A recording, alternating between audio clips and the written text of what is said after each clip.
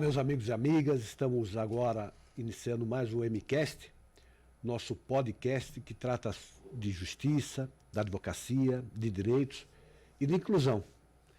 E hoje estou aqui com uma querida amiga, uma grande advogada, Lúcia Prudeni, advogada da área do terceiro setor, presidiu nas nossas gestões a comissão do terceiro setor e hoje é diretora da Caixa de Assistência dos Advogados de São Paulo.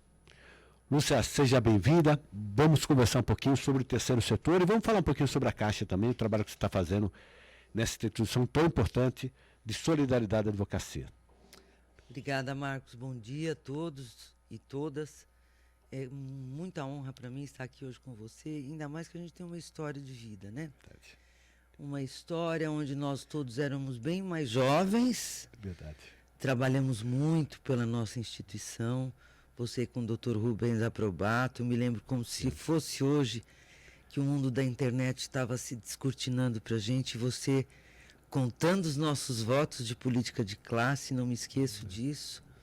Então nós temos uma história de vanguarda no tempo, eu acredito nisso. É verdade. Foi, olhando para trás, né, quanto nós vivemos, né? Quantas novidades, quantas inovações, quantos pontos que nós aprendemos a desenvolver, né, e desenvolvemos juntos, né? Sim, eu sinto também que tudo isso estava muito impregnado de um idealismo por parte do nosso grupo. De todos nós, é verdade. Todos nós. E isso se perpetuou por bom tempo e até hoje estamos todos aqui. Veja, olha bem para mim. Eu não deixo a peteca cair, já não sou mais uma criança, mas eu estou sempre pronta para uma empreitada nova. É verdade. E falar em empreitada nova, conta um pouquinho para os jovens advogados, para as jovens advogadas, como é que é trabalhar no direito no terceiro setor. Se é um segmento que permite o ingresso por parte dos jovens, nós estamos com muita dificuldade, né? Um volume grande de advogados formando e o mercado de trabalho tendo que absorver todos eles. Há espaço para trabalhar com o terceiro setor? Como é que é trabalhar como advogado no terceiro setor? Bom, primeiro quero dizer o seguinte para todos aqueles que não conhecem o segmento. O terceiro setor é aquele setor onde a gente tem as associações, as fundações privadas, sem fins lucrativos, que é uma roupagem jurídica, porque são pessoas jurídicas. Via de regra, essas instituições, elas atuam em torno de alguma causa. O motivo da existência dessas pessoas jurídicas é porque elas estão em busca de um mote, de uma causa solidária.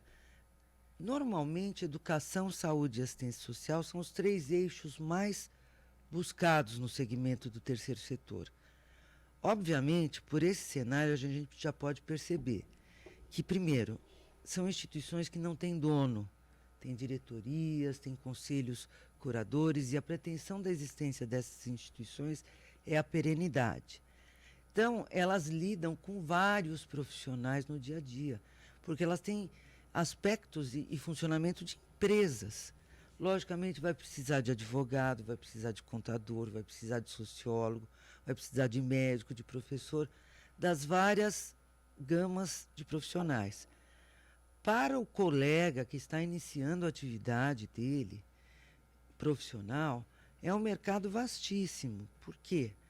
Porque toda a estrutura de funcionamento, seja do equipamento dessa instituição sem fins lucrativos, ou o relacionamento dela com o segundo setor, que são as empresas, com o primeiro setor, que é o Estado, ele tem um universo enorme. Quer dizer, a gente lida com praticamente todo o direito quando você é um advogado que está voltado e está trabalhando para uma instituição sem fins lucrativos. Pode ser com vínculo de emprego ou como prestador de serviços. Então, o universo do direito é enorme e é uma visão que o advogado tem que ter de um advogado gestor. Óbvio que ele vai ter contencioso no dia a dia, trabalhando para a instituição, mas ele vai ser um advogado muito mais preventivo do que um advogado contencioso. No Brasil, no mundo, né, a ideia do terceiro setor é de complementar, de ajudar o Estado em atividades próprias do governo, né? Então, Sim. você falou saúde, educação, cultura, Sim. esportes, Deficientes, idosos. pessoas com deficiência, idosos. Então, trabalhar nesse segmento, além do lado profissional, tem o prazer também de ajudar alguém, né? Ajudar uma causa, levantar uma bandeira, né? Isso é muito bonito. Você sabe que tem muito, e tem muitos profissionais do segundo setor, que é um setor que exige uma pressão muito grande por resultados, não que a gente também não trabalhe com resultados, monitoramentos e metas no terceiro setor, mas tem migrado do segundo setor para o terceiro setor. E para quem não sabe, o terceiro setor emprega muito mais gente do que a indústria automotiva no Brasil. E nós temos, segundo o IBGE, 800 mil instituições sem fins lucrativos cadastradas. Portanto, é um universo muito grande. E eu enxergo muito o terceiro setor dentro do nosso Estado social, que nós temos uma democracia social no Brasil, onde os direitos fundamentais, lá do artigo 6º da Constituição Federal, eles têm que ser implementados pelo Estado. E eu enxergo o segmento do terceiro setor como um parceiro vocacionado naturalmente para a execução de políticas sociais. Tá? Então, o Estado brasileiro, nas suas várias esferas, municipal, estadual e federal, ele busca parceiros sérios, parceiros que podem implementar essas políticas em todas essas áreas que a gente acabou de comentar, para que faça o serviço por ele, porque ele não tem equipamento próprio, o Estado, ele não tem o funcionário público próprio, e eu sinto que essa gestão do terceiro setor é uma clara, mas muito clara, mudança no direito administrativo brasileiro, e que não é de hoje que ela vem sendo implementada, né?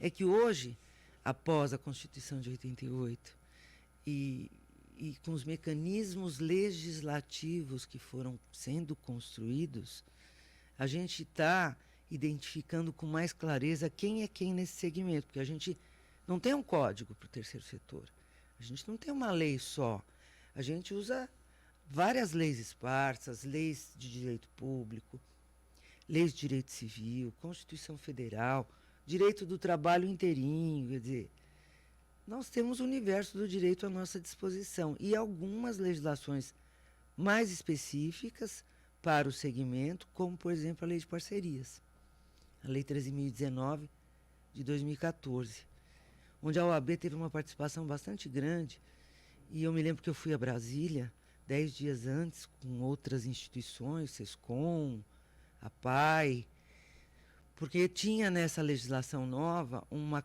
cláusula que já obrigava, no momento da assinatura das parcerias, que o gestor fosse solidariamente responsável por elas.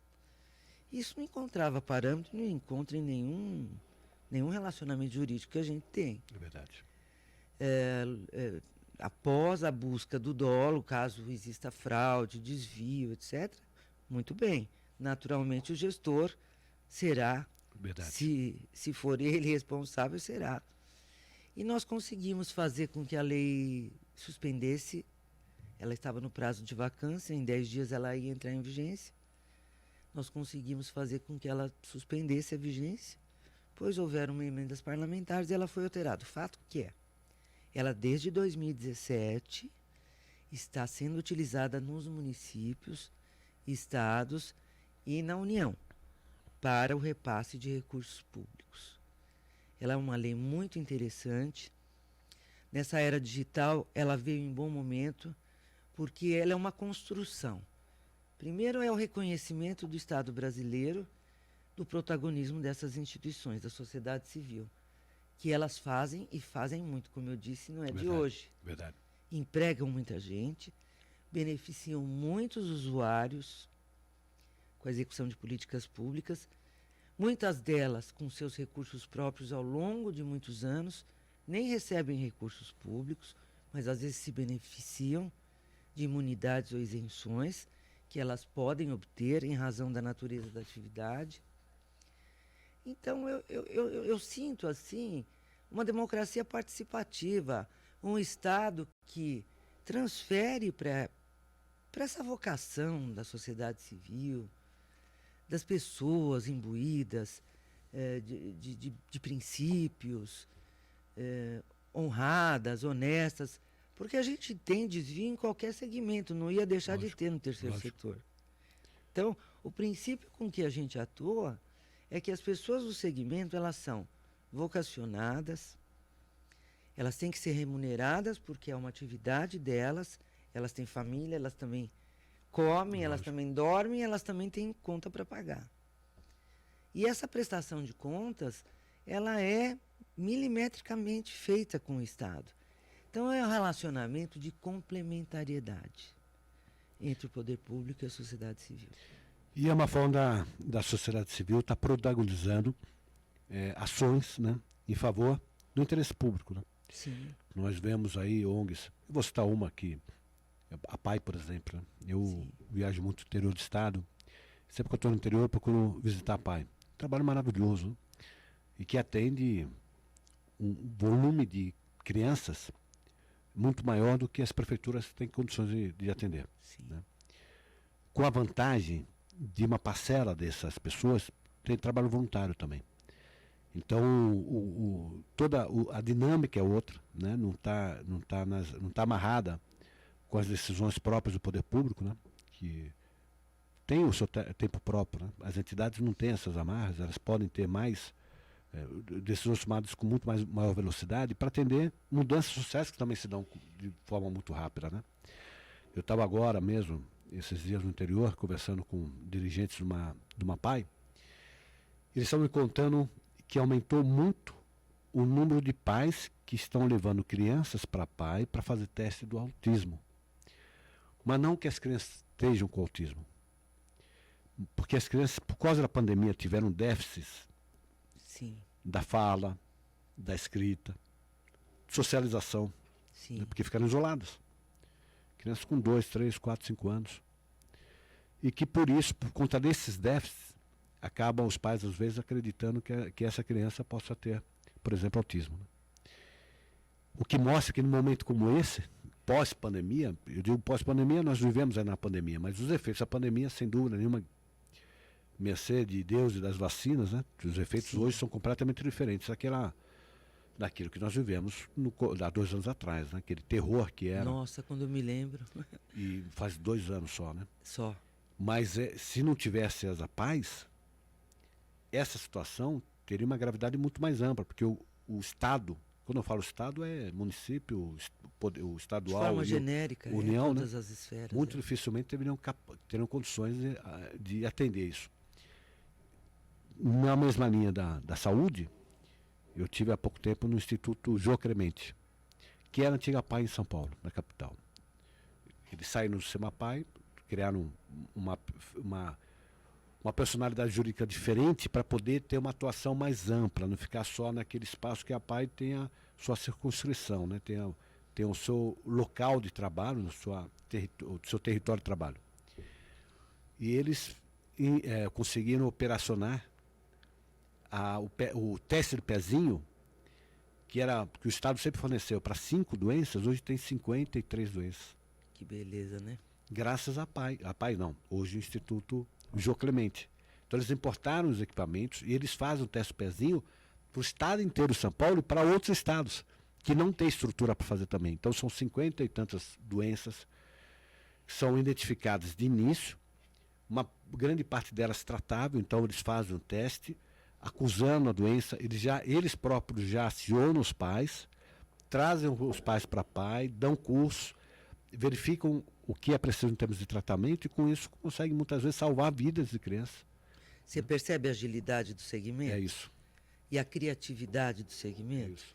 E a mobilidade como segmento do terceiro setor? Ele faz suas cotações de preço, ele toma as decisões, ele importa o equipamento. Não que o Estado não seja um ente capaz de fazer isso, tanto é que está aí. O problema é que a demora por conta o Estado não age sem uma burocracia muito maior. Verdade. Que é necessário também, né? Sim, é muito necessário. Não é que o público. Sim. E não é que o terceiro setor também não tenha burocracia. Lógico.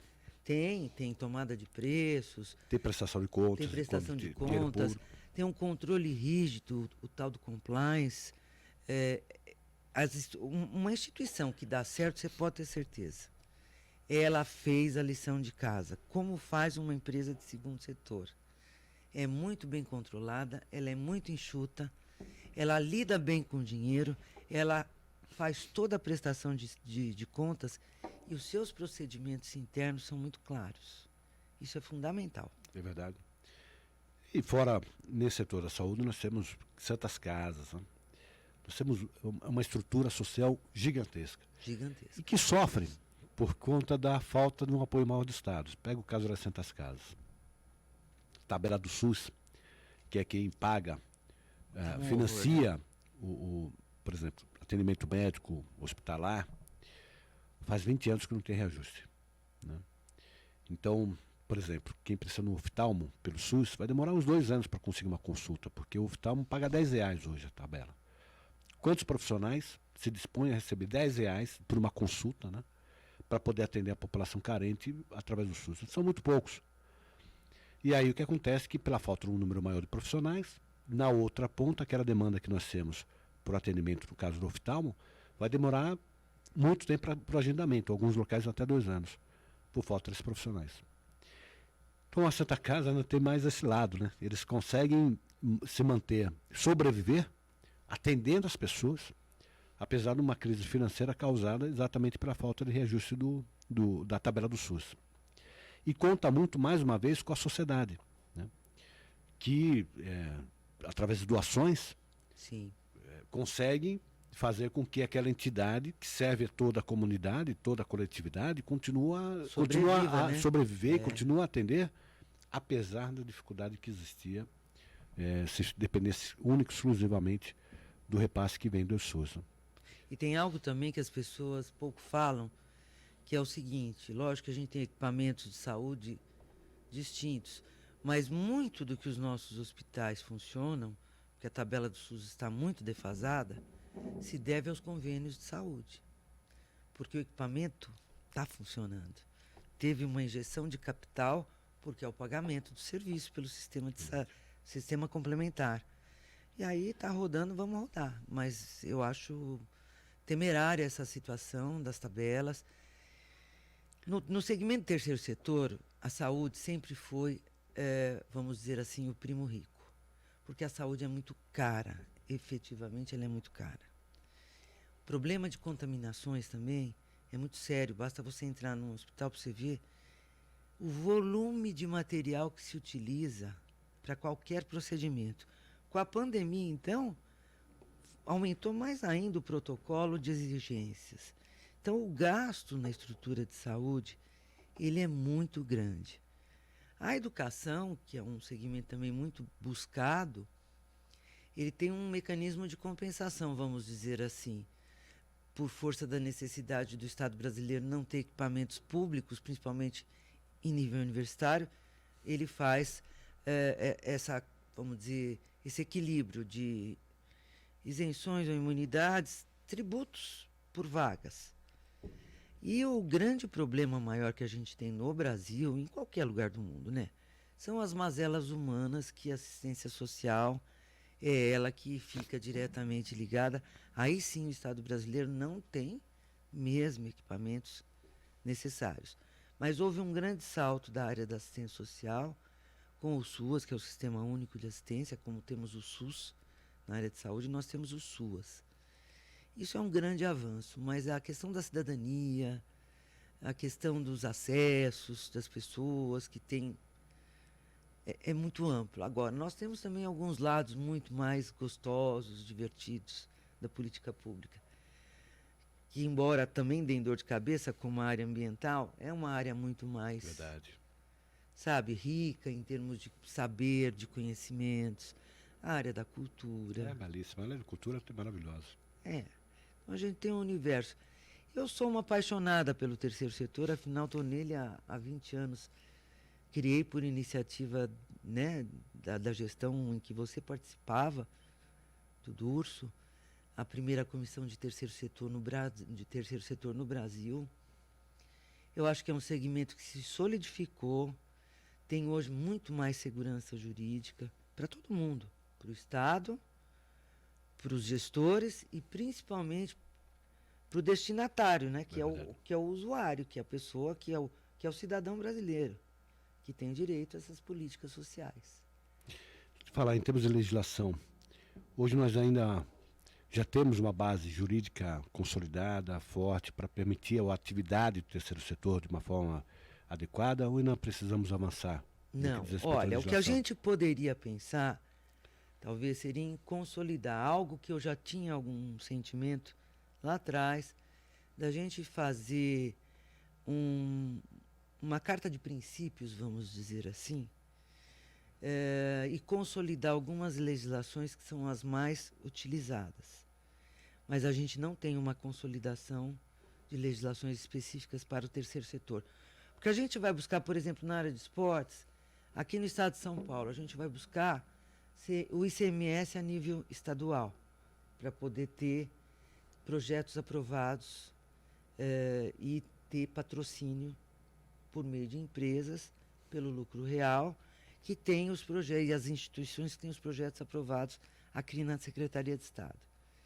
A lei do imposto de renda, que é em âmbito federal, que também permite aos doadores apoiar projetos patrocinados. Fiscal. Isso é tudo incentivo fiscal direto. Então, a instituição, ela faz um projeto esportivo, ela vai buscar, quando os editais estão abertos, para que ela entregue o projeto, é feita uma análise e aprovado o projeto pela Secretaria Estadual e Ministério, no caso de recurso federal, a instituição já pode ir buscar o patrocinador, né? E isso é muito salutar, porque as empresas têm muito recurso que elas podem doar. Elas também abatem essa doação. Essa relação com as empresas, normalmente, hoje você tem um censo também das empresas para a questão social, né? Hoje as empresas cada vez mais elas estão preocupadas com esse lado social. Elas né? têm essa consciência. Empresário sério cuida de tudo. Põe isso. O brasileiro precisa parar de... Muitas vezes a gente ouve a população e alguns segmentos muito mais radicais achando que o empresário só tem flores na vida. Ele não tem. É verdade. Ele tem muitos encargos. E o empresário sério, ele cumpre além do que ele precisa, porque ele segue à risca essa questão social, ambiental. E aí, essa complementação, esse lado do mundo social, essa complementação da atividade da empresa, busca normalmente o tripé. O Estado, né?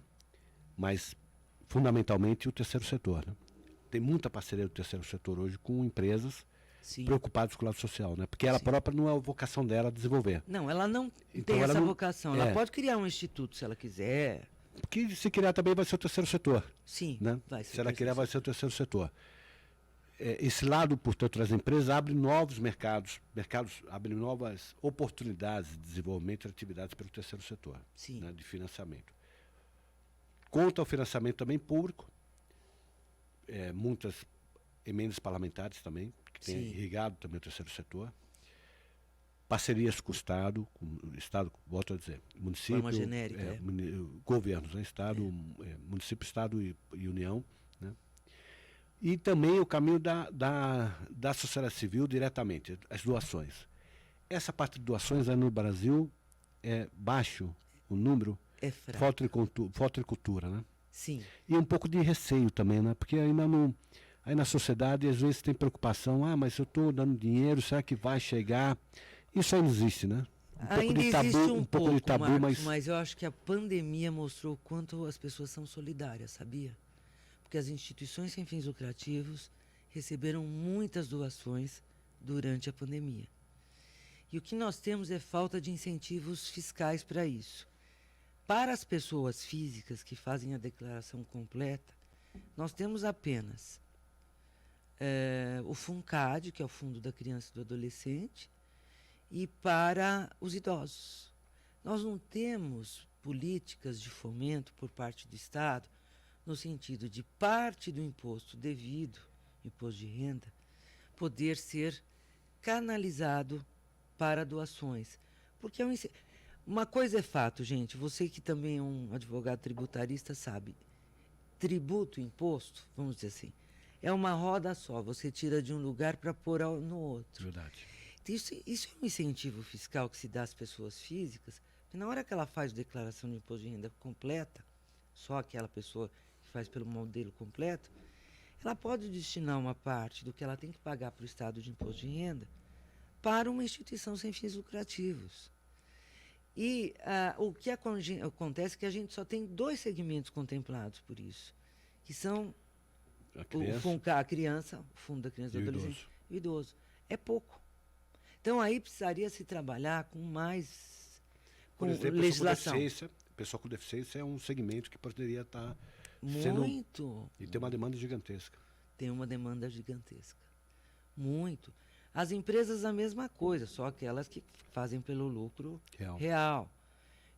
E elas têm uma programação anual, elas fazem, as instituições precisam começar a trabalhar com essa captação de doações. Muito cedo, né? Muito cedo. Não adianta chegar agora no final do ano e pedir doação, né? Planejada. Até porque as empresas também, elas trabalham com cultura, elas trabalham com outros segmentos também, né? Então, há uma limitação do que elas podem oferecer em função do número de projetos que são apresentados, porque tem projetos maravilhosos, mas o volume, elas acabam tendo que optar, muitas vezes, por um ou outro, dentro daquele universo que a legislação permite, do máximo que ela pode fazer doação, né? Para efeito da dedução de imposto de renda. Né? O segmento é um segmento muito criativo, o terceiro setor. Agora, você sabe que eu estou com a doutora Vanessa Rufa, que está presidindo na OAB de Pinheiros, a comissão do terceiro setor. Eu estou na vice-presidência com ela. Nós estamos trabalhando com um lado social na área da moda. Você veja o potencial do segmento do terceiro setor, a moda afro, modas específicas. São mulheres em comunidades, ou que não sejam em comunidades, em algumas peculiaridades e localidades, nesse Brasil imenso que a gente tem, que estão trabalhando com moda e terceiro setor. Veja como a gente tem aberturas para vários segmentos. E volto a falar, moda da pessoa com deficiência. Tem mais essa. Tem mais, porque tem... Olha que legal. Você está me dando um eixo que eu já vou lançar para a próxima. Tem uma demanda muito própria. Né? Quem usa prótese, por exemplo, eu que uso prótese, eu coloco um zíper na calça, na perna. Porque não, dá muito trabalho, lógico. Não, eu não conseguia passar a calça, né? Porque a calça com a prótese, minha perna, ao tamanho da perna, eu incorporo a largura da prótese, né? Então eu coloco um zíper. Foi ideia de uma amiga que foi minha filha durante muito tempo. E aí eu abro o zíper, eu coloco a calça sem dificuldade, depois coloco a calça e eu fecho o zíper. Aquele zíper invisível, né? Que ninguém percebe, né? O zíper invisível você não percebe, mas eu preciso. E assim tem para outras pessoas com outras deficiências que precisam de uma roupa mais adequada, né? Para facilitar, porque muitas vezes você não consegue colocar roupa normal, assim, por conta da deficiência. Esse é um segmento interessante. Muito interessante. Você sabe que nós trabalhamos com isso recentemente num debate, numa reunião de comissão, e aquilo me despertou muito a atenção, porque eu enxerguei muitas possibilidades dentro dessa vertente e que a gente tem um campo enorme para explorar. Olha, nós temos a tecnologia da informação também dentro do terceiro setor, que ela é fundamental, né? Para todo mundo, para nós não ia ser diferente. É de extrema importância. Então, voltando a dizer para um colega que acabou ou que está iniciando no estágio, busque as instituições de terceiro setor, que tem muito estágio, é importante, muitas vagas. E para a sociedade em geral, né? Participem nas entidades, né? Como um trabalho voluntário, né? Sim. É um trabalho bonito, enriquece as pessoas, né? Sim. É um prazer enorme quando a gente pode interferir na vida das pessoas de uma forma positiva, né? Sim. Um trabalho que você faça na área jurídica, por exemplo, né? Nós temos ONGs que trabalham dentro das cadeias, né? Dando assistência jurídica, por exemplo, para os refugiados, os asilados, que normalmente não tem proteção jurídica nenhuma, né? Então o pessoal é preso, não tem nem processo, demora anos, e a pessoa está presa sem nenhuma condenação, né?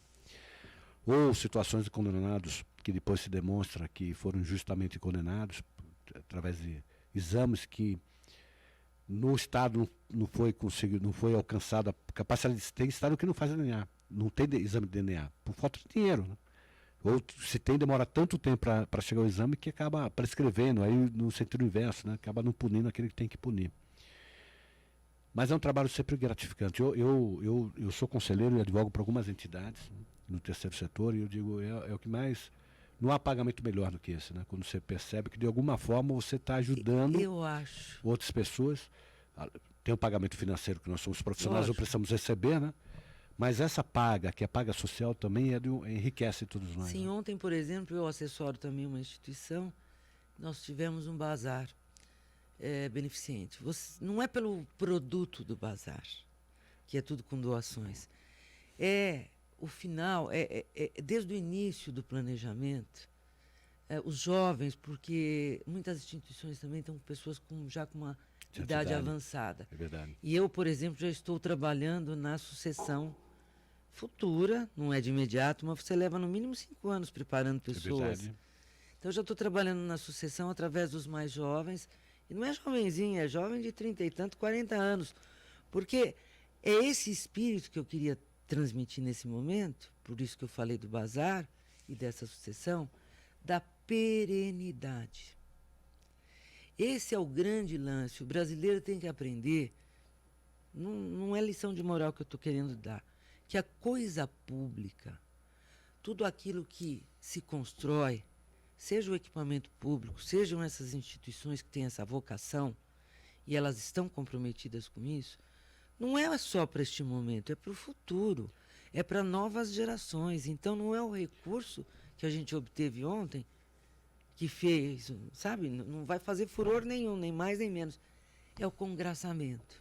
E o senso de coletividade, de comunidade, né? Exatamente. É a gente poder estar ajudando o próximo, mas a gente está se ajudando também, né? Sim. Quando a gente está cuidando, por exemplo, o Brasil é muito carente sobre diversos aspectos, mas nós temos uma faixa da população que passa fome ainda.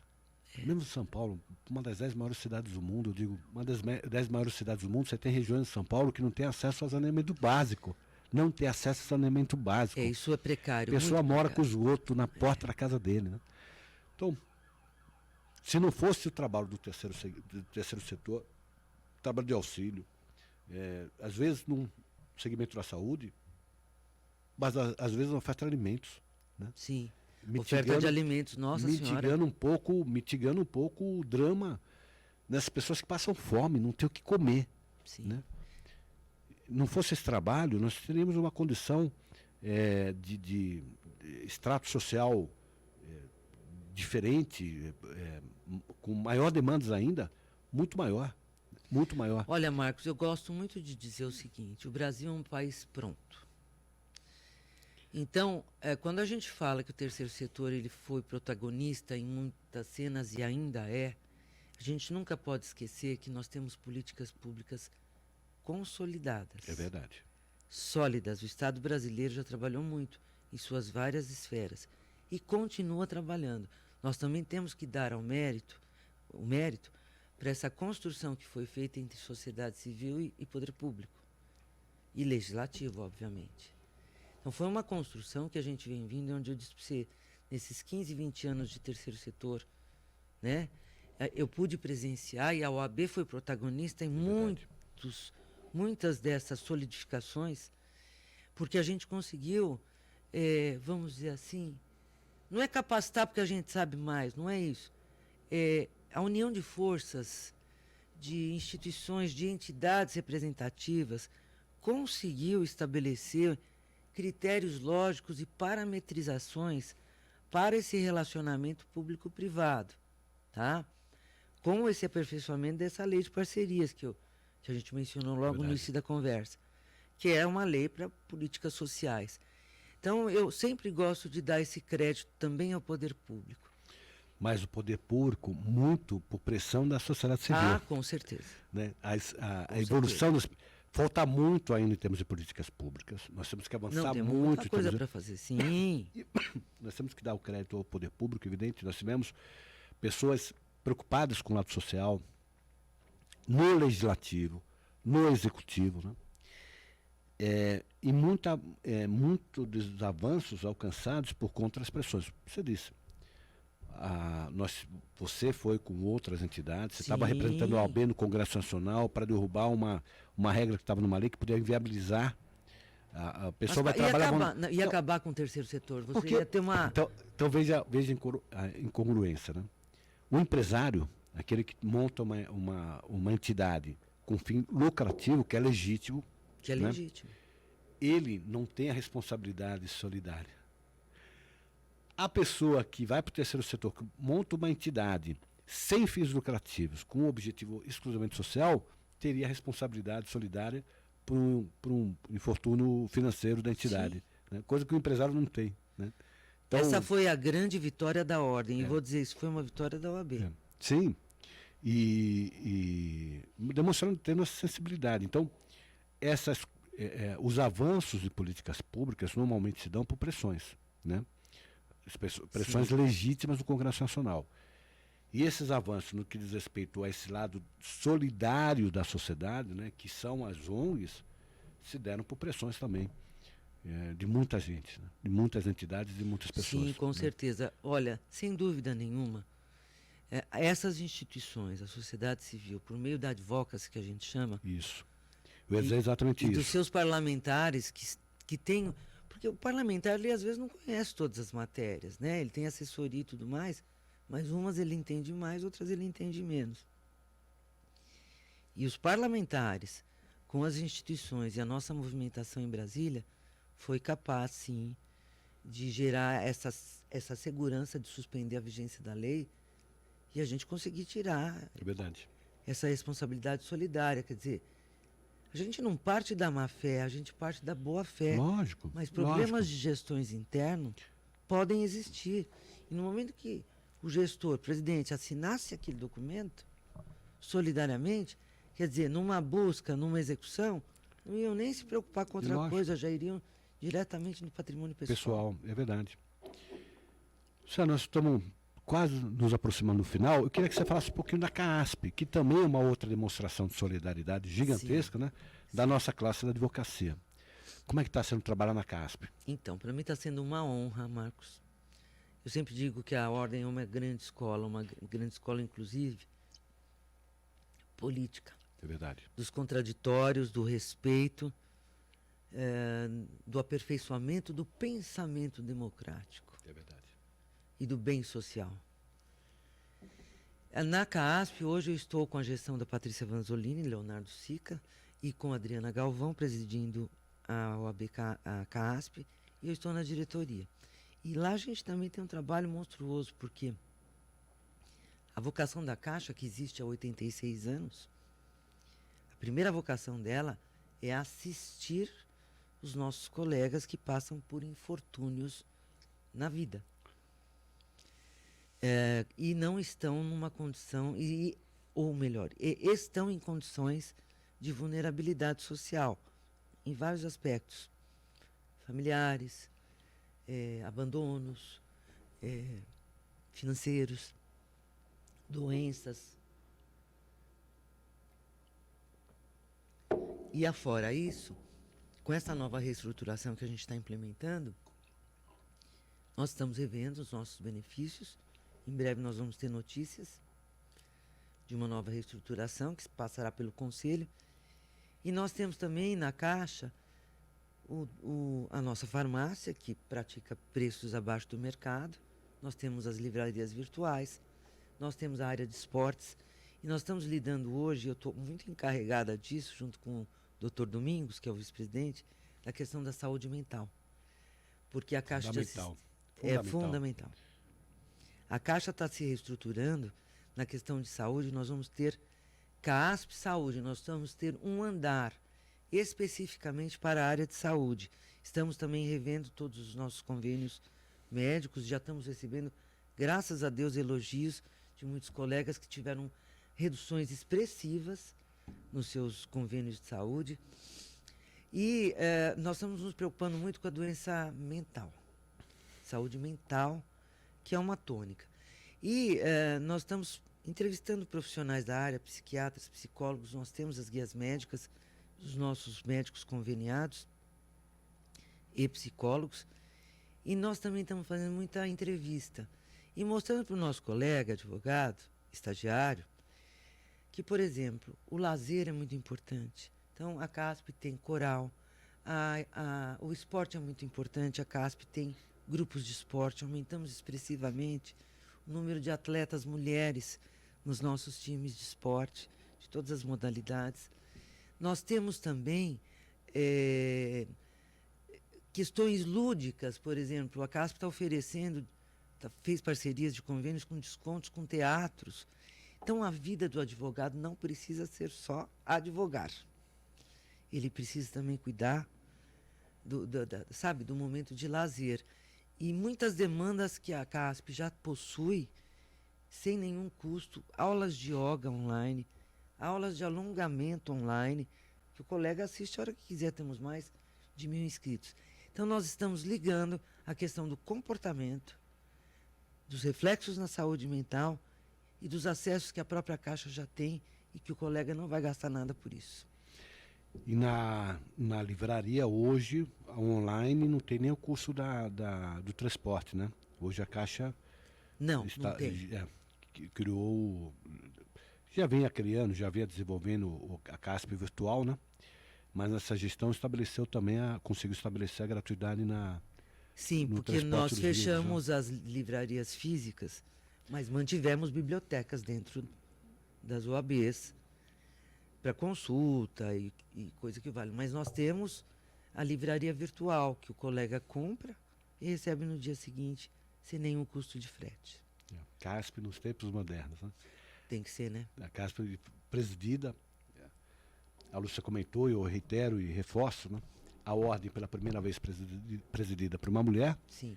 A nossa presidente Patrícia Vanzolini, e a CASP pela primeira vez também, em 86 anos, a OAB que completou neste ano 90 anos de existência, presidida pela primeira vez por uma mulher, a nossa colega Patrícia Vanzolini, e a CASP também presidida pela primeira vez, 86 anos, por uma mulher, que é a Adriana Galvão. Né? Isso mesmo. E mais a nossa equipe de colegas, diretores. Olha, gente, a gente tem uma história de vida, né? Com a OAB. Nós somos o que somos porque somos exatamente assim. Todos somos ali voluntários, primamos pelo Estado de Direito, primamos pela coisa pública, pelo bem comum, é verdade, pela justiça. E é aquilo que eu sempre disse, a ordem é uma grande escola. E os colegas se apropriem dos espaços. É verdade. Lúcia, fala um pouquinho quais são as suas redes sociais. Bom, eu tenho Bludene Rufa Cursos e eu tenho Lúcia Bludene. A Bludene Rufa é Instagram, quais são as redes? Instagram. Bludene Rufa Cursos, eu e a Vanessa Rufa damos curso de terceiro setor em dupla, já há muitos anos nos cursos da Escola Superior e em outros cursos também. Fazemos capacitações de instituições, de fundações, para toda a equipe que atua e trabalha dentro. E advogamos, obviamente, também, né? Então, essas são as redes. Bludene, e a rede pessoal? É Lúcia Bludene. Lúcia Bludene. Instagram também? Também. Instagram, Facebook e por aí. As nossas, no Facebook, no YouTube, Marcos da Costa Oficial. No Instagram, Marcos da Costa, _, que é aquele tracinho embaixo, SP de São Paulo. Marcos da Costa, _ SP de São Paulo. Lúcia, foi uma delícia conversar com você hoje. Foi bom mesmo, né, Marcos? Passou muito rápido o tempo, muito rápido. Mas vamos voltar a falar. A gente vai voltar a falar sobre o terceiro setor e também vamos voltar a falar sobre CASP, para que os colegas, principalmente os advogados, conheçam mais essa entidade tão rica, tão importante na vida de todos nós, que é a Caixa de Assistência dos Advogados de São Paulo. Perfeitamente. Vamos lá, vamos em frente. Quero agradecer mais uma vez a todos que estiveram conosco, nos acompanhando, e até o próximo MCast. Um abraço a todos.